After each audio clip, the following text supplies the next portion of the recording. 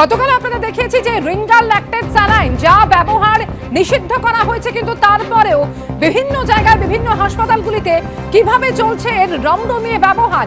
আর এরপর অর্থাৎ ব্যান করার পরও গঙ্গাসাগর মেলায় দেখা গেল সেই বিষাক্ত স্যালাইনের। গঙ্গাসাগরের অস্থায়ী হাসপাতালে রিঙ্গাল ল্যাকটেড স্যালাইন, অস্থায়ী হাসপাতালের আইসোলেশন ওয়ার্ডে বিষাক্ত স্যালাইন রাখা রয়েছে। নিষেধাজ্ঞার পরও কিভাবে গঙ্গাসাগরে এই রিঙ্গাল ল্যাকটেড স্যালাইন? খুব স্বাভাবিকভাবেই এই প্রশ্ন সামনে আসছে।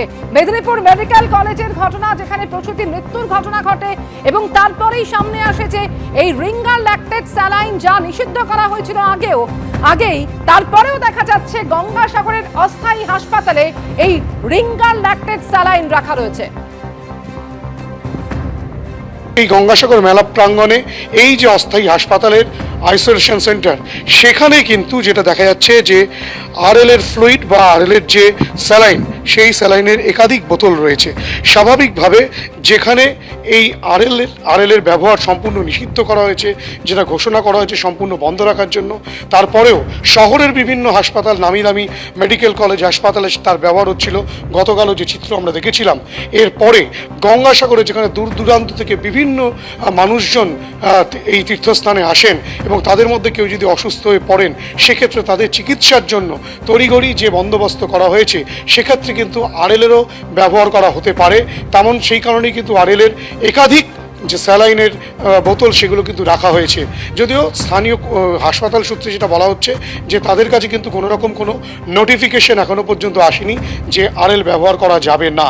চিত্রটা কিন্তু একেবারে স্পষ্ট। ক্যামেরা পার্সন প্রবীর সামন্তকে একবার বলবো ছবিটা দেখাতে। এখানে কিন্তু আরএলের একাধিক বোতল ঠিক এভাবেই রয়েছে, যেগুলো স্যালাইনের বোতল বা ফ্লুইডের বোতল, সেইগুলোই কিন্তু ব্যবহার করার ক্ষেত্রে নিষেধাজ্ঞা রয়েছে। কেননা এই আরএলের ফ্লুইড বা স্যালাইনের বোতল ব্যবহার করার পর মেদিনীপুর মেডিকেল কলেজে এক প্রসূতির মৃত্যু হয়, যাকে ঘিরে রীতিমতো রাজ্য রাজনীতি তোলপাড় হয়, স্বাস্থ্য পরিষেবা নিয়ে রীতিমতো প্রশ্ন ওঠে।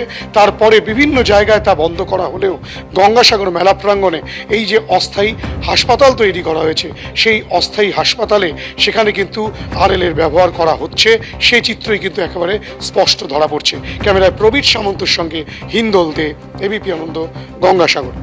আমরা কোনো রিঙ্গাল ল্যাকটেড পশ্চিমবঙ্গ ফার্মাসিউটিক্যালসের ব্যবহার করছি না, কারণ এই টেম্পোরারি হসপিটালটা এস্টাবলিশ হয়েছে 3-4 তারিখ নাগাদ। কারণ আমাদের 8 তারিখ থেকে ফুললি অপারেশনাল করে দিতে হয়, তো সমস্ত মেডিসিন এখানে আনা হয়। সেই মতো ওটা আমরা অস্থায়ী, যেটা আমরা আইসোলেশন দেখছেন, সেটা কিন্তু আমাদের একটা টেম্পোরারি স্টোর হিসাবে ইউজ করছি। ওখানে কোনো পেশেন্ট নেই, দেখবেন টেম্পোরারি স্টোরের মধ্যে যা মেডিসিন আনা হয়েছিল সবগুলো ওখানে স্টোর করে রাখা আছে। সেই জন্য ওখানে আপনারা দেখতে পাচ্ছেন। আর আমাদের নির্দেশিকা বেরিয়েছে 7 তারিখে, তার আগে এখানে টেম্পোরারি হসপিটাল অলরেডি এস্টাবলিশ হয়ে গেছে, মানে কয়েকটা দিন লাগে প্রসেসে। তো সেই জন্যই স্টোর হিসেবে রাখা আছে এবং স্টোরে, কিন্তু আমরা কোনো রিঙ্গাল ল্যাকটেড পশ্চিমবঙ্গ ফার্মাসিউটিক্যালসের ইউজ করছি না।